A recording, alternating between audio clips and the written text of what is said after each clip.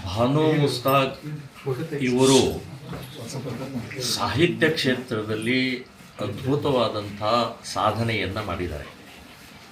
ಅವರಿಗೆ ಅವರು ಕನ್ನಡಕ್ಕೆ ಬಹಳ ದೊಡ್ಡ ಕೊಡುಗೆನೂ ಇದೆ. ಅದಕ್ಕೆ ನಮ್ಮ ಅಭಿನಂದನೆ ಇದೆ. ಅವರಿಗೆ ನಾವು ವಂದನೆಯನ್ನು ಮಾಡಲೇಬೇಕು. ಇನ್ನು ಎರಡನೇದಾದರೆ ಅವರು ಇಸ್ಲಾಂ ಎಷ್ಟೇ ಪ್ರಗತಿಪರ ಅನ್ನುವಂಥದ್ದು ಇದ್ದರೂ ಕೂಡ ಮುಸ್ಲಿಮರೇ. ಆ ಹಿನ್ನೆಲೆಯಲ್ಲಿ ಮುಸ್ಲಿಂ ಸಮಾಜದಲ್ಲಿ ಏಕದೇವೋಪಾಸನ ಅಂದರೆ ಅಲ್ಲಾನ ಒಬ್ಬನ್ನೇ ಪೂಜೆ ಮಾಡ್ತಾರೋ. ನಮ್ಮಲ್ಲಿ ಹಾಗಿಲ್ಲ, ಬಹು ದೇವೋಪಾಸನ ಅನ್ನುವಂಥದ್ದಿದೆ. ನಾವು ಎಲ್ಲ ದೇವರನ್ನೂ ಪೂಜೆ ಮಾಡ್ತೀವಿ. ಅಲ್ಲಾನೂ ಪೂಜೆ ಮಾಡ್ತೀವಿ, ಕ್ರಿಸ್ತನ್ ಪೂಜೆ ಮಾಡ್ತೀವಿ, ನಮ್ಮ ರಾಮ ಕೃಷ್ಣ ಇವರೆಲ್ಲ ಎಲ್ಲಮ್ಮ ಈ ರೀತಿ ಎಲ್ಲ ದೇವರುಗಳನ್ನು ನಾವು ಪೂಜೆ ಮಾಡ್ತೀವಿ. ಅವರು ಅದನ್ನು ಒಪ್ಪಲ್ಲ.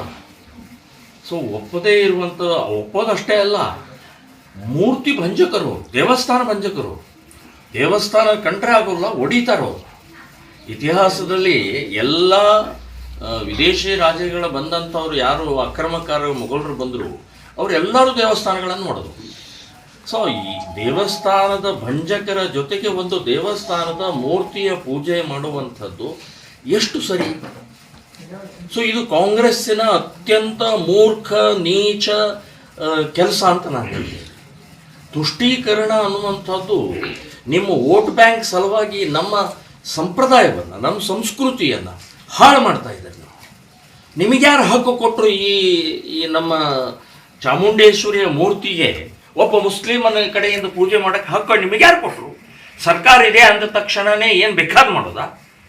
ಇದು ಒಪ್ಪಲಾರದು. ಇದು ಒಪ್ಪಕ್ಕೆ ಸಾಧ್ಯನೇ ಇಲ್ಲ. ಇಡೀ ಕರ್ನಾಟಕದ ಎಲ್ಲ ಹಿಂದೂಗಳು ಇದನ್ನು ಬಹಿಷ್ಕಾರ ಹಾಕ್ತಾರೆ, ಇದನ್ನು ಖಂಡನೆ ಮಾಡ್ತಾರೆ, ಇದನ್ನು ವಿರೋಧಿಸ್ತಾ ಇದ್ದಾರೆ. ಇದರ ಚಾಮುಂಡೇಶ್ವರಿಯ ಶಾಪ ಈ ಕಾಂಗ್ರೆಸ್ ಸರ್ಕಾರಕ್ಕೆ ತಟ್ಟತ್ತೆ ಅಂತನ್ನುವಂಥದ್ದು 100ಕ್ಕೆ 100 ನಾನು ಹೇಳ್ತಾ ಇದ್ದೀನಿ. ಇನ್ನು ಇದರ ಜೊತೆಗೆ ಇನ್ನೊಂದಿದೆ. ಸಾವಿರಾರು ವರ್ಷದಿಂದ ನಾವು ಆಕಳವನ್ನು ಅಂದರೆ ಗೋಮಾತಾ ಅಂತ ಹೇಳಿ ಪೂಜೆ ಮಾಡ್ತಾ ಬಂದಂಥ ಗೋಮಾಂಸ ತಿನ್ನುವಂಥ ಸಮಾಜದವರು, ಗೋಕಳತನ ಮಾಡುವಂಥವ್ರು, ಸೊ ಗೋವನ್ನು ಕತ್ತರಿಸುವಂಥವ್ರು, ಅಂಥ ಜೊತೆಗೆ ನಾವು ಪವಿತ್ರವಾದಂಥ ಆ ಚಾಮುಂಡೇಶ್ವರಿಯ ದೀಪ ಪೂಜೆ, ಅರ್ಶಿನ ಕುಂಕುಮ ಹೂಮಾಲೆ ಹಾಕುವಂಥದ್ದು ನಾವು ಒಪ್ಪಲ್ಲ. ನಾಳೆ ಚಾಮುಂಡೇಶ್ವರಿಗೆ ಅಪವಿತ್ರ ಆಗುತ್ತೆ, ಅಶುಭ ಆಗುತ್ತೆ. ಇಡೀ ಕರ್ನಾಟಕಕ್ಕೆ ಒಂದು ಅಶುಭ ಸಂಕೇತ ಹೋಗುತ್ತೆ. ಸೊ ಇದು ಶೋಭೆ ತರುವಂಥದ್ದಲ್ಲ.